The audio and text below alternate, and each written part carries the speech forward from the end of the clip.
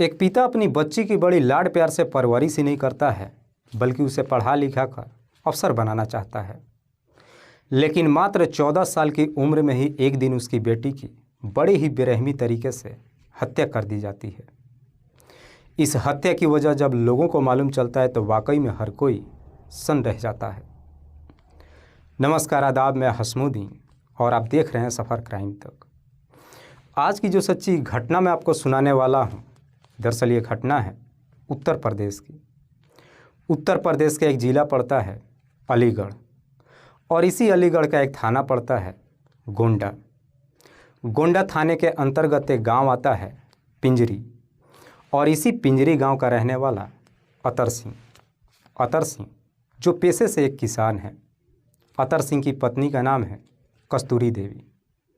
अतर सिंह के टोटल 5 बेटे हैं, जिसमें बड़ा बेटा ओम प्रकाश और सबसे छोटा बेटा जयकिंदर।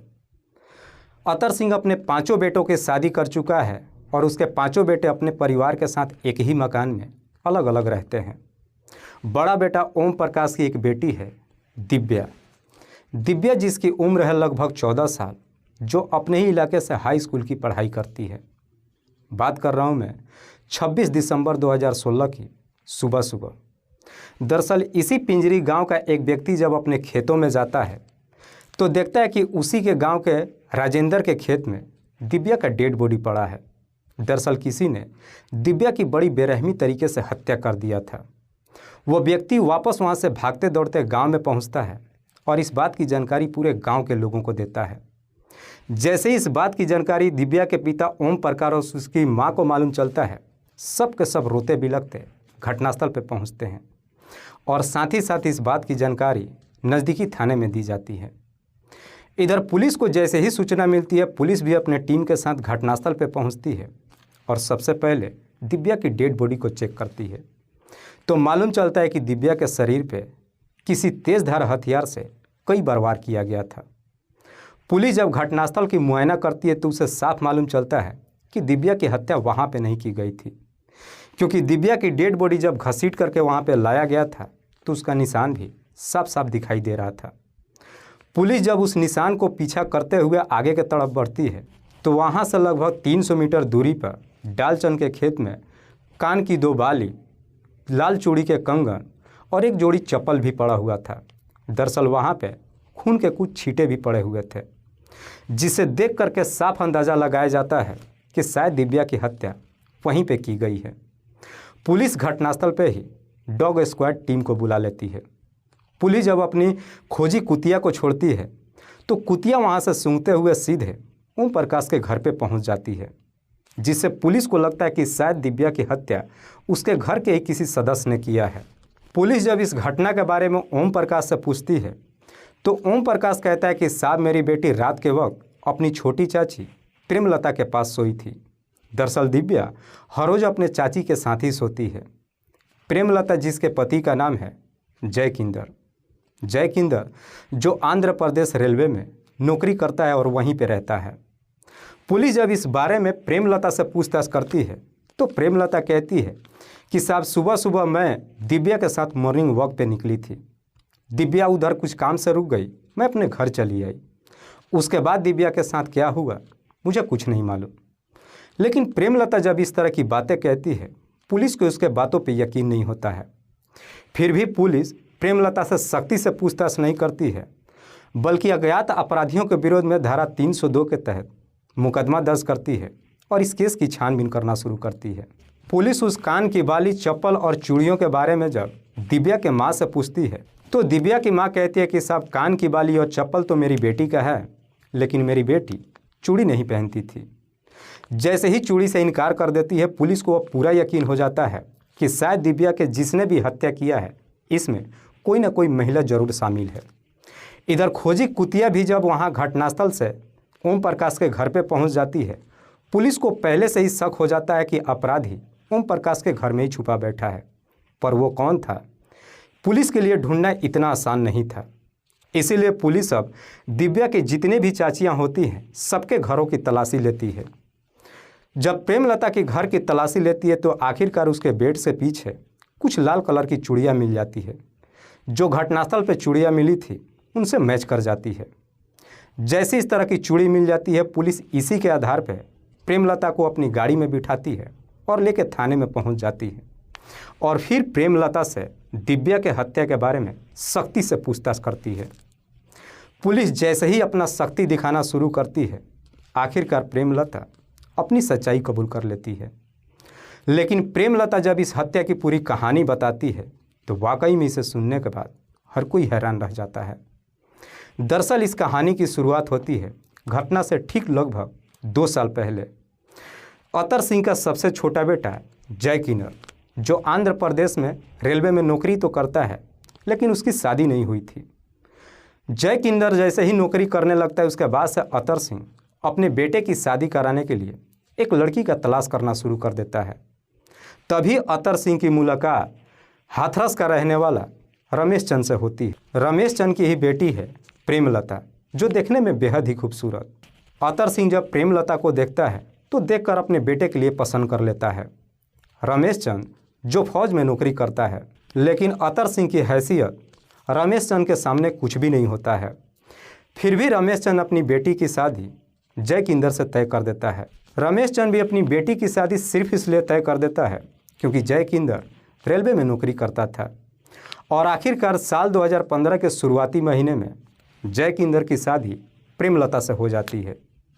इधर प्रेमलता जब शादी करके अपने ससुराल में पहुंचती है और जब अपने जेठानियों की हालात को देखती है, एकदम से परेशान हो जाती है।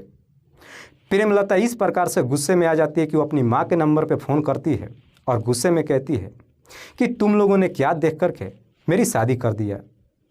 इस पे प्रेमलता की माँ उसे समझाते हुए कहती है कि तुम्हें अपनी जेठानियों से कोई लेना देना नहीं है। तुम्हारा पति सरकारी नौकरी करता है, अच्छा खासा पैसा कमाता है। तुम अपने पति के पैसे पे ऐश करो, वैसे भी तो तुम अपने परिवार से अलग ही रहती हो। प्रेमलता की माँ जब उसे समझाती है, आखिरकार प्रेमलता भी अपनी माँ की बात मान लेती है। लेकिन शादी के जैसे ही 15 दिन का समय गुजरता है, जय किन्नर अपनी पत्नी को छोड़कर वापस अपनी नौकरी पे चला जाता है।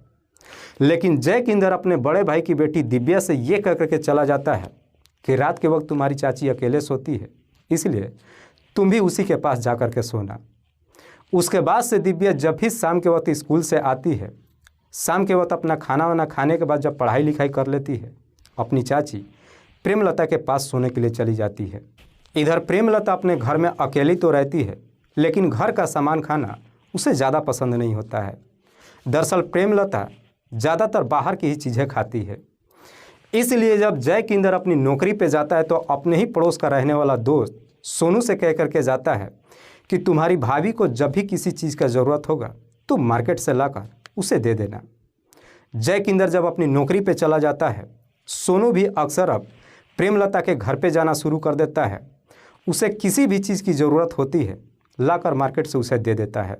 सोनू जिसकी उम्र है लगभग 18 साल, जो देखने में बेहद ही हैंडसम। लेकिन सोनू जब प्रेमलता के घर पे जाता है, चूँकि दोनों के बीच देवर भाभी का रिश्ता होता है, अक्सर एक दूसरे से हंसी मजाक भी करते हैं। लेकिन हंसी मजाक करते करते सोनू और प्रेमलता कब एक दूसरे के नज़दीक आ जाते हैं, दोनों को नहीं मालूम चलता है। आखिरकार एक दिन सोनू जब प्रेमलता से कुछ सामान लाने के लिए उसके घर पे जाता है पूछताछ करने के लिए, प्रेमलता सोनू को अपने घर में बिठा लेती है और उससे गंदी गंदी मजाक करने लगती है। तरह तरह की बातें कह करके जब मजाक करती है, सोनू को भी समझने में देर नहीं लगता है कि प्रेमलता चाहती क्या है। और आखिरकार उसी दिन ही प्रेमलता के घर के अंदर ही शर्म की सारी सीमाएं टूट जाती है।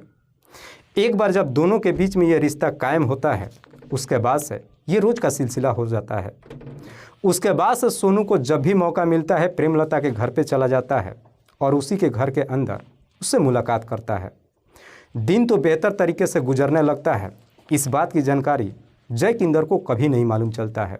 पर जैसे ही कुछ महीने का समय गुजरता है, एक दिन प्रेमलता सोनू को रात्रि के वक्त अपने घर पे बुला लेती है। करीब 9 बजे के आसपास सोनू जब प्रेमलता से मिलने के लिए उसके घर पे जाता है, उसी वक्त दोनों के बीच में संबंध बनना शुरू हो जाता है। लेकिन तभी इधर दिव्या अपनी पढ़ाई किए बगैर ही प्रेमलता के घर में एंट्री कर जाती है। जैसे ही दरवाज़ा खोल करके घर के अंदर एंट्री करती है, दोनों को आपत्तिजनक स्थिति में देख लेती है।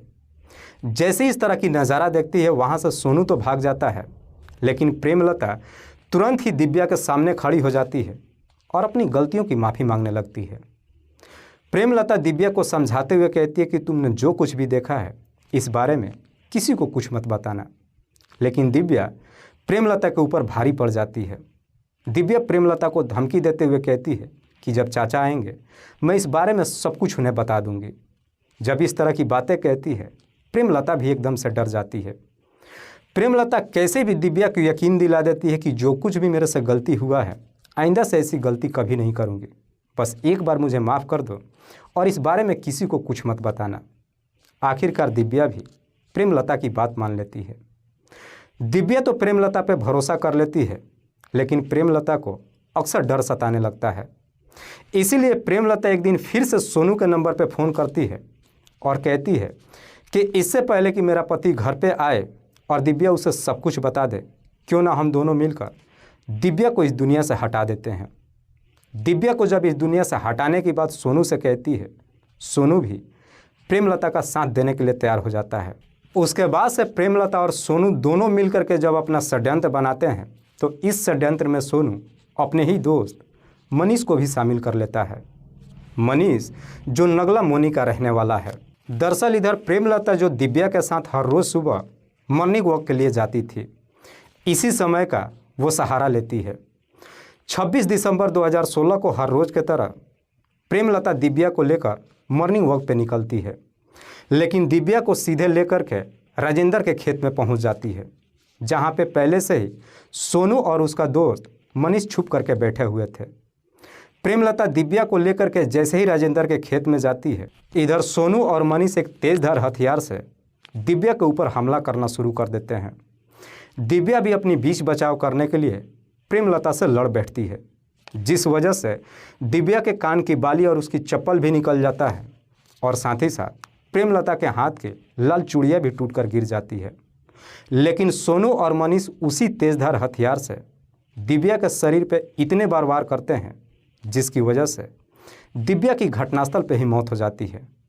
उसके बाद से सब के सब वापस अपने घर चले जाते हैं।